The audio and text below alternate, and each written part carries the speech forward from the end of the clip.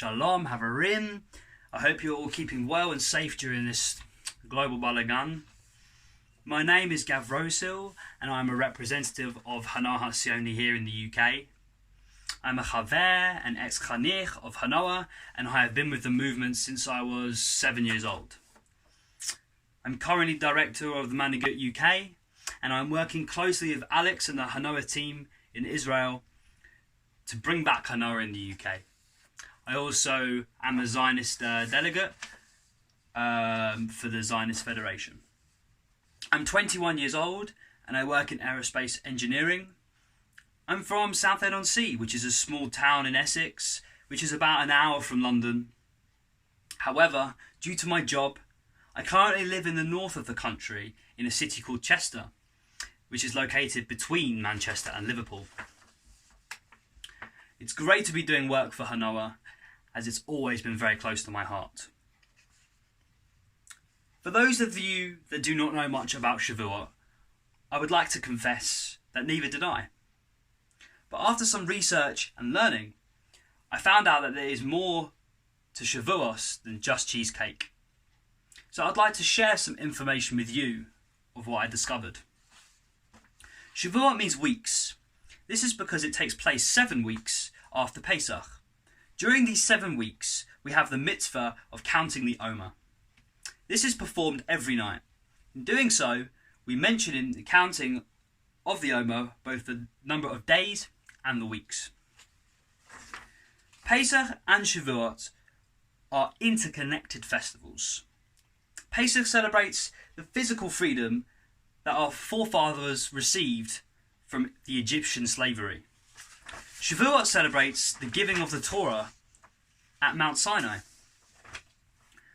This gives us our spiritual freedom. In recalling these two freedoms, we count both the days and the weeks between these two events. This is so that we can learn to value time in all of its forms, in both the physical and the spiritual sense. During the celebration of Shavuot, we begin to reflect on our teachings. Life is about what we can learn from others and situations around us.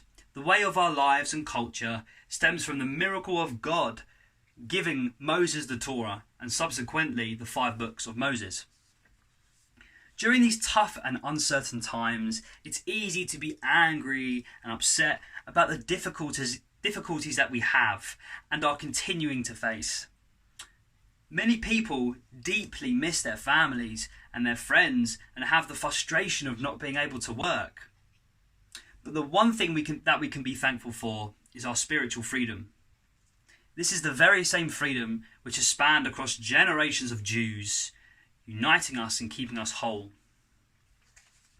Because some people are working from home or unfortunately lost their jobs, this can be a good time to develop new skills, which they may not have had time for previously. We can explore new aspects of our own cultures and others'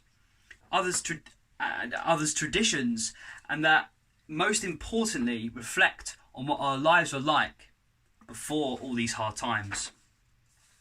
This is so that we can better ourselves for the future and shape a better society. Hopefully, we will emerge from this pandemic as a proud, different people. Shavuot rituals consist of displaying plants and greenery in our places of worship and public areas. This is to commemorate the wheat harvesting in the homeland of Israel.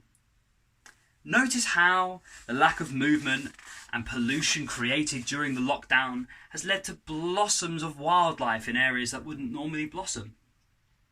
Waves of cleaner air which would not usually be clean. The conglomeration of people working together to gather resources to support the vulnerable and share stories and experiences which wouldn't normally be shared. We can take this time to reevaluate our Hebrew teachings and what it means to be Jewish, reflecting on the rituals that we partake in and the mitzvot that we endeavour to practice. We may not be able to study and pray together, but we can be thankful for the amazing technologies such as Zoom and Google, which enable us to communicate and share information despite the distance and the time constraints that we all have. For example, sharing the weekly Shabbat service on video call. I do this with my family every week so that my dad can bless his children and his grandchildren, and that my mum can light the Shabbat candles. As we reflect on our Hebrew teachings during Shavuot, I cannot help but thinking about the story of Noah's Ark. This is the story about how God cleansed the earth of hate and tyranny, how he challenged Noah to build a vessel. This vessel carried 2 of each animal, and with hardship, dedication and help from his family, Noah succeeded. As our earth cleanses itself of pollution, unfortunately, as a consequence of the loss of lives, we begin to appreciate the wonders of Mother Nature. We must appreciate our ecosystem and how it provides for us. We can search for that olive branch and start a new beginning, seeking the goodness from this dark time in our lives.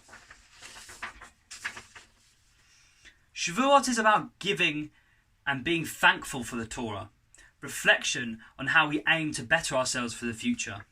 And what better time to do it? Creating a positive from a negative in a period of time that we hope never to happen again in our lifetimes.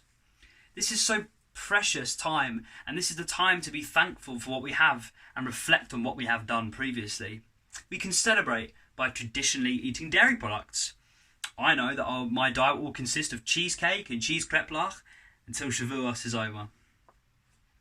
During these times of hardship, we are all probably counting the days and weeks that go by without the freedom to see our loved ones and live our normal lives. But whilst our physical freedom may be restricted, our spiritual freedom remains intact. We have the choice of how to spend our days. Therefore, let us use these days to keep positive, active, and kind as we can.